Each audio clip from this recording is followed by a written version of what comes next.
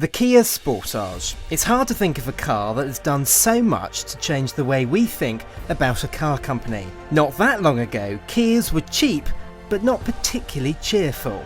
But then they gave a man called Peter Schreier a job, a man best known for designing the Audi TT, and he created the Sportage that made everyone sit up and take notice of Kia. But while that car has aged very gracefully, it's time for its replacement.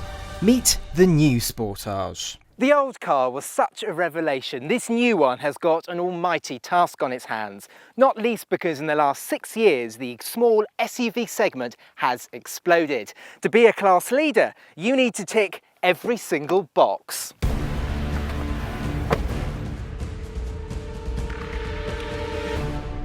It's good news on the move. The new Sportage feels a little bit more grown up compared to the old one. It feels as though it's a teenager that's finally broken into its 20s. It's a little bit quieter, it's a little bit softer, and thanks to a new steering system, it's a little bit more fun to drive as well. It's not in the same league as a Ford Kuga or a Mazda CX-5, but the Sportage is an even better all-rounder. Under the bonnet you'll find the same engines as in the old Sportage, so there's a 1.6 petrol and 1.7 and 2 litre diesels. There's also a brand new 174 brake horsepower 1.6 turbo petrol, but that's reserved only for the sportier GT line. And it's the 1.6 turbo GT line we've got here, and it's a bit of a mixed bag really. The engine is nice and quiet, nice and smooth, and quite eager to rev. It just doesn't feel as though it's got 174 brake horsepower. You put your foot down, it just takes a bit of time to get going. That said, the ride on this GT line is pretty good. Even though it's got 19-inch alloys, the ride is actually quite supple. Most people will opt for the efficient 1.7 litre diesel though, that returns over 60 mpg.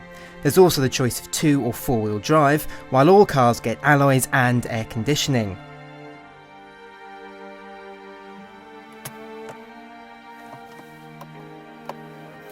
The cabin is a big step up from the old car as well. It looks a lot more mature and the fit and finish is an awful lot better. There's lots of soft touch plastics and the chunky buttons and big comfortable seats really feel as though they could withstand the rigours of family life.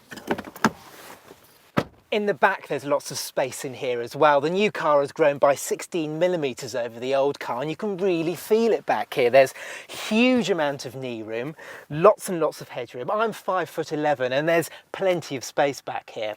You can fit 3 perfectly easily in here as well. If I slosh into the middle seat, there's a decent amount of space, good amount of headroom, and thanks to the low transmission tunnel, fitting my feet in is really easy. There's also ISOFIX points in this seat, ISOFIX points in this seat. If I pull down the armrest, I've got a couple of cup holders.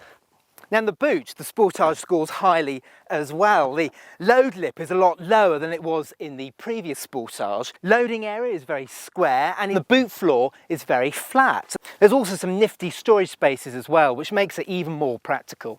Overall, space is a little short of the Nissan Qashqai and the Ford Kuga and the seats are up, whilst the Mazda CX-5 is the best choice for those trips to IKEA because it categorically trumps the Sportage when the seats are up and folded down. So how to summarise the new Sportage? It's nicer to drive, it's better made, and it's roomier than it was before. So it's got every box ticked then? Well, not quite. You see, I think the styling has gone a little bit iffy. It's very nice at the back, it's very stylish and very swoopy. I love the sloping roofline, the scalloped outsides, but the front just looks a little bit too fussy. Well, that's what I think. Let me know what you think in the comments section below, but overall I think the Sportage is still a class act and it's definitely going to be a strong seller in the compact SUV class. Click the video icons for our reviews of 2 of the Sportage's big rivals, the Renault Kadjar on the left and the Nissan Qashqai on the right. Click the play icon for our latest video and on our logo to subscribe.